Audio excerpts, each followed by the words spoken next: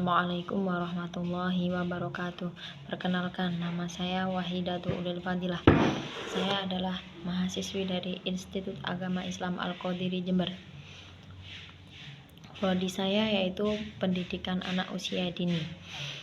Di sini saya akan menyampaikan mengenai tentang dawuh-dawuh Kiai Haji Ahmad Muzaki Shah. Sudah tidak asing nama Kiai Haji Ahmad Muzaki Shah di kalangan Jember ini. Dan di sini dalam tujuan dasawarsa terakhir Kiai Haji Ahmad Muzaki Shah atau yang biasa dipanggil dengan Kiai Muzaki merupakan figur ulama, guru, mubalik, dan tokoh ikonik yang fenomenal di Indonesia. Pola dakwahnya unik dan gerakan zikir yang dipimpinnya terus berkembang pesat, tidak saja di berbagai kawasan bumi persada tanah air seperti Jawa Timur, Jawa Tengah, Jawa Barat, Jabodetabek, Cirebon, Majalengka, Kalimantan, Sulawesi, Lampung, Irian Jaya, Maluku, Bali, dan sebagainya, tetapi juga merambah hingga Malaysia, Brunei Darussalam, India, Australia, Mesir, dan Arab Saudi. Ketika banyak rekannya dari kalangan ulama memilih terjun ke dunia politik, menjadi dan bergaul bersama kelompok elit, beliau tetap istiqomah menjaga kaum elit. Bagi kiai yang diikuti tidak hanya sejuta umat ini, kalau semua meninggalkan kaum elit untuk memilih menjadi elit, lalu siapa yang akan mendampingi mereka? Begitu juga kalau hanya orang baik yang diopeni, lalu orang jahat akan curhat ke siapa? Padahal mesti ditunjukkan bahwa Allah itu At-Tawwab dan Al-Ghaffar. Para pendosa itu bukan untuk dimusuhi dan dibasmi, melainkan butuh dikasihi dengan pendekatan dakwah dan mawaddah warahmah. Kiai Muzaki beranggapan bahwa mengangkat seseorang dari lumpur dosa adalah lebih besar nilainya ketimbang membasmi dosa itu sendiri. Karenanya, waktu diminta oleh banyak rekannya untuk berjuang bersama di dunia partai politik, dengan tegas beliau menjawab seperti perkataan Nabi Yusuf alaihissalam dalam Al-Quran. Tuhanku, penjara lebih aku sukai dari ajarkan mereka. Ketika berceramah, banyak ulasan aktual beliau yang menyentuh dan menyayat relung batin, yang tak jarang membuat pendengarannya terseduh, menjerit dan menyadari apa sebenarnya makna hidup ini. Pikiran-pikiran beliau amat tajam dan menukik, bukan saja karena membongkar mainstream yang oleh banyak orang diyakini benar, tetapi juga berani mengungkap sesuatu yang oleh sebagian orang dianggap tabu. Fatwa-fatwanya kadang juga keras atau salah satunya itu menjewer gitu. Banyak pihak, tetapi tentu dengan hujah yang tak terbantahkan. Bahasanya sederhana, mudah difahami, merakyat, dan renyah serenyah tipologi orangnya. Seiring dengan perubahan orientasi hidup sebagian besar manusia akibat krisis psikologis, kegersangan spiritual, dan problematika hidup yang terus meresahkan mereka, zikir semakin menemukan momentumnya sebagai kebutuhan dasar atau al-hajj al-asasiyah masyarakat, atau paling tidak sebagai balance terhadap kecenderungan pola hidup serakah, materialistik, dan hedonistik.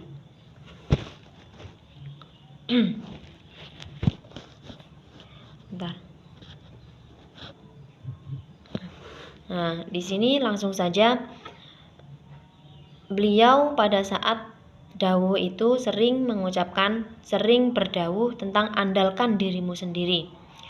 Kemuliaan seseorang itu maksudnya andalkan dirimu sendiri, yaitu di sini kemuliaan seseorang itu bukan karena nasabnya, tetapi karena jerih payah usahanya sendiri. Maka jangan andalkan nasab dan silsilah, tapi andalkanlah dirinya sendiri. Kendati keturunan kiai besar tapi kalah wirid, kalah.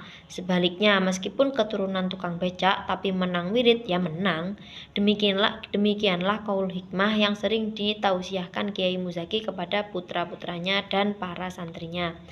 Bagi Kiai Muzaki, kemuliaan dan eksistensi seseorang bukan ditentukan oleh orang lain, juga bukan karena faktor keturunan, genetik, jabatan, kekayaan, atau berbagai simbol dohiriyah lainnya, melainkan lebih ditentukan oleh prestasi, kompetensi, track record, dan kredibilitas serta ketakwaan dirinya sendiri kepada Allah Subhanahu wa taala.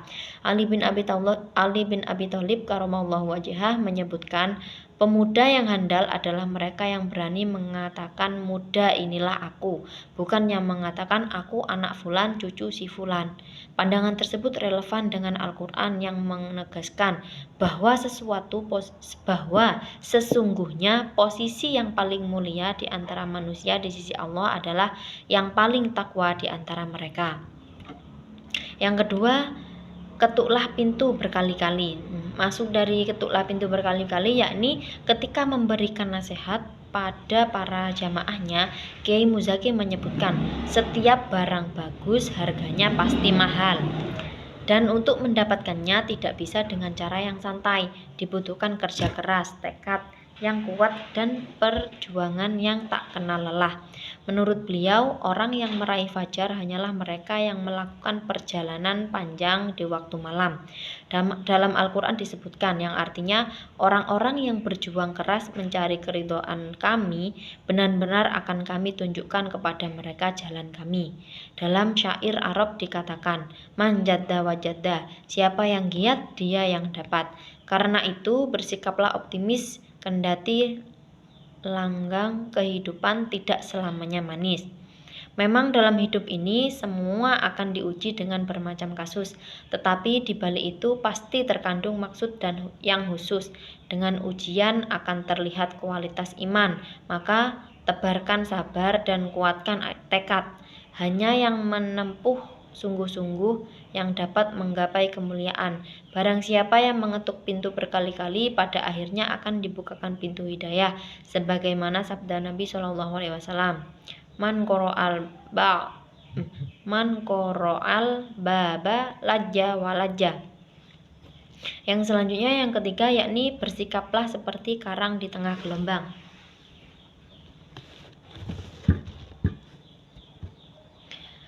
Falsafah tantangan kehidupan maksudnya laksana memanjat pohon yang tinggi. Semakin ke atas semakin kencang hembusan angin yang menerpanya. Seseorang yang bertekad meraih prestasi menjulang harus bersiap diri menghadapi hembusan angin nan kencang. Ketika program telah dirancang matang, maka jalankan dengan serius dan konsisten tanpa perasaan ragu atau pelin-pelan. Juga tidak perlu hiraukan ocehan orang agar tidak terombang-ambing dalam kekalutan. Begitulah statement Kiai Muzaki dalam suatu kesempatan nasihat kepada para putra dan santri dan juga jamaahnya. Mempedulikan omongan orang memang kadang tidak ada benarnya, persis seperti cerita seorang sufi yang mengembara bersama anaknya dengan mengendarai seekor keledai. Ketika si anak naik keledai dan si bapak berjalan kaki menuntunnya, orang itu salah. Sebaliknya, ketika si bapak yang naik keledai dan si anak berjalan kaki malah dinilai tambah salah. Dinaiki keduanya pun masih juga salah.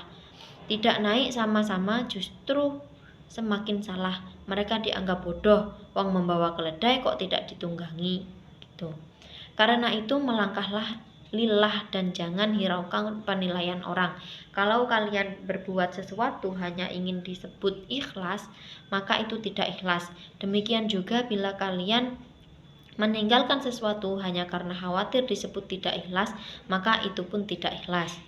Intinya, jadilah kalian seperti karang di tengah samudra yang kokoh menghadapi ganasnya gelombang, atau jadilah kalian seperti ilalang yang lentur dan tidak patah oleh beban dadakan seberat apapun. Yang keempat, cukuplah Allah sebagai penolong. Menurut Kiai Muzaki, menurut Kiai Muzaki, setiap manusia yang hidup pasti menghadapi masalah. Sebab hidup memang perjuangan menyelesaikan masalah. Masalah adalah hidup itu sendiri. dan hidup adalah masalah itu sendiri. Karena itu menurutnya tidak perlu sedih menghadapi masalah. Kesedihan tidak akan menyelesaikan masalah, tetapi justru akan menambah masalah baru. Kesedihan hanya akan memforsir jantung dan menguras energi. Sungguh sedikit pun bersedih itu tidak berguna. Memang manusia adalah makhluk lemah yang tidak mampu menolak masalah, tapi prinsipnya menurut Kiai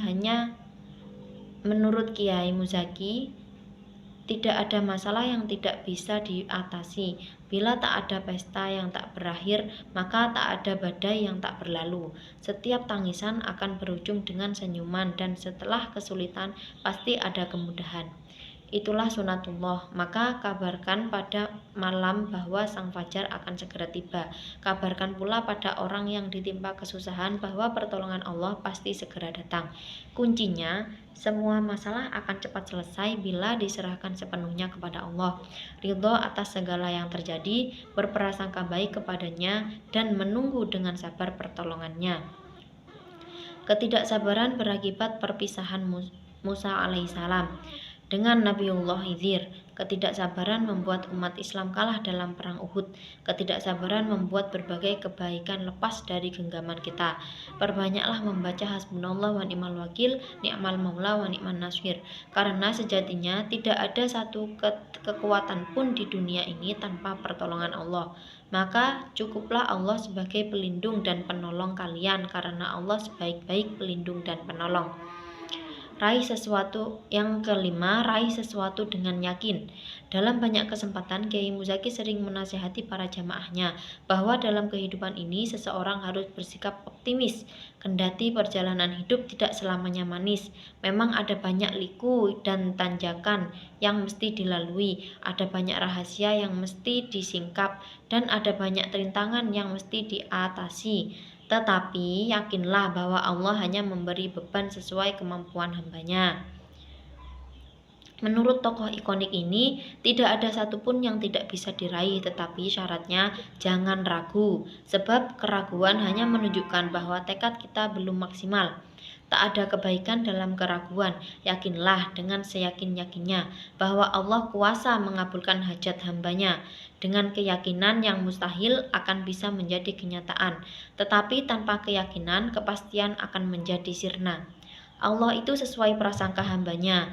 Bila seseorang mengingat Allah, maka Allah akan mengingat dan mencintai seseorang tersebut.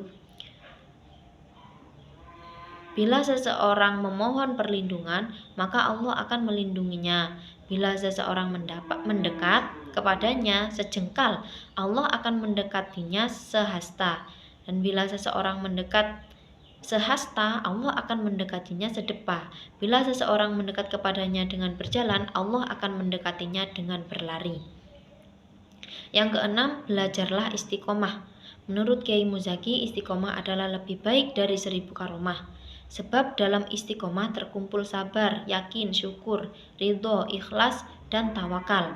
Karena itu istiqomah adalah kunci dari segalanya. Dalam pandangan beliau, iman yang istiqomah adalah iman yang tidak pernah gumbing atau goyah dan tetap lurus di jalannya. Apapun yang terjadi, demikian juga akhlak yang istiqomah adalah prinsip hidup yang tegas membela yang benar dan bukan yang bayar. Kekokohan prinsip itu tidak bisa dibeli dengan apapun atau dengan harga berapapun.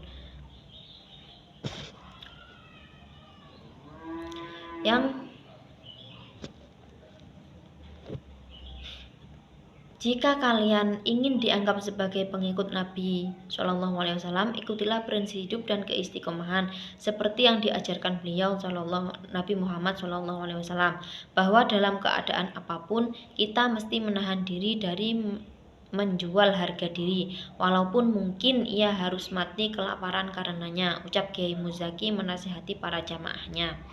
Yang ketujuh, jadilah dermawan. Salah satu tema yang juga sering dinasihatkan Kiai Muzaki kepada anak cucu, santri, dan para jamaahnya adalah soal kedermawanan. Menurut beliau, kedermawanan adalah karakteristik dari para waliullah.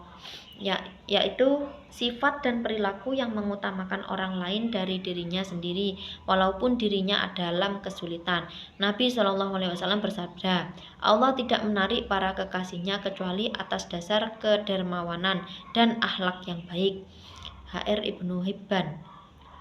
Selain itu, bagi Kiai Muzaki, kedermawanan juga merupakan faktor utama yang dapat mempercepat seseorang wusul ilallah. Sebab perjalanan seseorang menuju Allah itu hakikatnya adalah proses repatriasi dari keterikatan pada materi menuju ketergantungan hanya pada Allah. Orang dermawan adalah orang yang menegakkan hidupnya di atas prinsip memberi dan di atas prinsip yaitu giving atau memberi dan bukan talking atau mengambil. Orang dermawan menurut Kiai Muzaki selain dicintai Allah, dicintai sesama manusia juga sangat baik bagi dirinya sendiri. Sebab apapun yang dia korbankan tidak musnah melainkan akan kembali pada dirinya sendiri dengan berlipat ganda. Dalam sebuah hadis Nabi SAW bersabda, cepatnya rezeki datang kepada orang yang suka memberi makan orang lain lebih cepat dari kelebatan pedang di atas bunuh unta. Yang 8, balaslah kejahatan dengan kebaikan. Hadirin jamaah zikir yang dimuliakan Allah, demikian Kiai Muzaki mengawali nasihatnya. Dalam perjalanan hidup kalian kelak pasti tidak akan luput dari gangguan dan kejahatan orang. Kalian akan difitnah, dihina, bahkan disiksa. Tetapi jangan khawatir, Allah senantiasa bersama kalian. Jika kalian mukmin sejati, kalian tidak perlu takut dengan hinaan seseorang, sebab itu merupakan rahmat dari Allah yang Maha Agung. Jangan khawatirkan nistaan orang, tapi takutlah sanjungan orang kepada kalian. Bila kalian dinista, kalian akan jaya. Tetapi bila kalian disanjung, kalian akan sombong, lalu ambruk tidak tertolong. Bila kalian mendapatkan kejahatan dari seseorang, bersikaplah tenang dan balaslah dengan kebaikan. Semakin kalian dihujat, kebaikan kalian akan semakin meningkat. Tirulah sikap Nabi SAW yang ketika dihujati orang malah mengangkat tangan tinggi-tinggi berdoa, Allahumma ufir qaumi innahum la ya'lamun, yang artinya, ya Allah ampuni kaumku yang menjahatiku karena mereka melakukan itu karena mereka tidak tahu. Sekali lagi, belajarlah membalas kejahatan dengan kebaikan. Hal tersebut jauh lebih utama ketimbang membalasnya dengan hal yang sepadan. Bila kalian mampu membalas kejahatan dengan kebaikan, menerima tuduhan dengan sabar, maka kalian dijadikan oleh Allah masuk surga. Dan malaikat menyambut kalian dengan sapaan, Salamun alaikum bima sobartum, yang artinya salam sejahtera atas kalian berkat kesabaran kalian.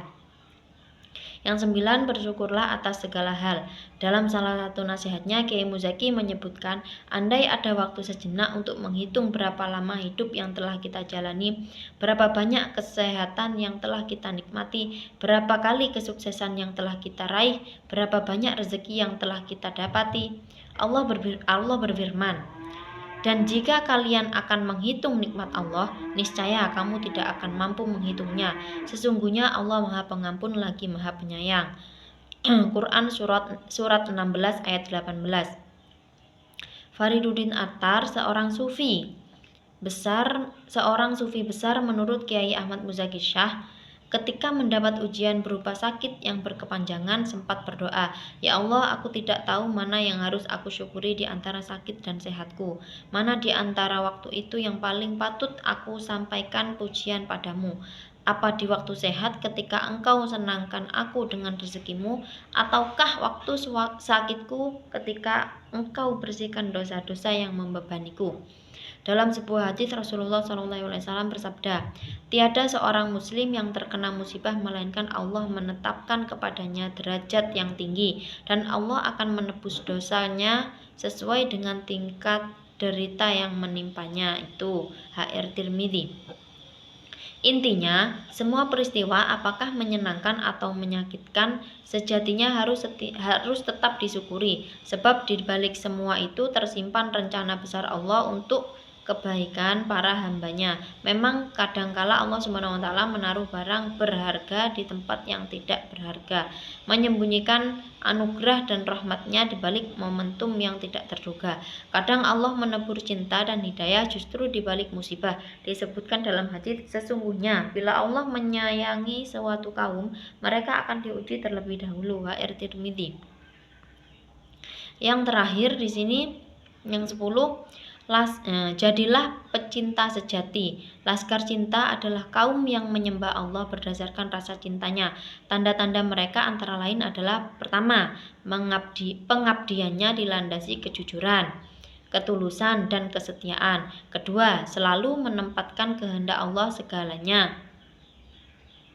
Ketiga, beristiqomah untuk selalu bersama dan tidak mau jauh apalagi berpisah dari Allah. Dan keempat, ditandai oleh kesadaran bahwa yang terpenting dalam hidup ini hanyalah Allah. Kelima, ditandai keteguhan untuk menahan diri dari segala sesuatu yang dapat merusak suasana percintaannya. Seorang pencinta, seluruh perilakunya akan dipengaruhi oleh yang dicinta. Bibirnya akan sering menyebut namanya, dia akan mencintai apa saja yang berkaitan dengannya dan selalu bersemangat membicarakannya. Dia akan meniru segala sifat-sifat yang sang kekasih, melakukan apa saja yang disenanginya, menganggap penting pemberiannya dan mempertahankan pemberian itu hingga tetes darah penghabisan. Cinta tak pernah terpisahkan dari kerja. Cinta yang tertanam dalam diri seseorang akan terus mendesaknya berbuat, bergerak dan bersungguh-sungguh menggapai apa yang dicintainya. Cinta akan memacu semangat kerja dan produktivitas. Maka seseorang yang telah mabuk cinta dengan Tuhannya akan dilanda badai rindu yang berkepanjangan untuk selalu bertemu dengannya. Tiada yang lebih diharap-harap selain berjumpa dengan sang kekasih dalam momen ibadah, baik sholat maupun puasa. Bagi orang yang seperti ini, inginnya terus melakukan ibadah hingga batas waktu yang tak berkesudahan. Mereka mengabdi kepada Allah tanpa kenal lelah, bahkan tanpa memikirkan dirinya sendiri atau urusan dunia yang akan terjadi. Maka berbohong bila ada orang yang mengaku mencintai Allah tetapi di malam hari masih suka tidur melupakannya. Di sini begitu juga dengan cinta kepada Allah.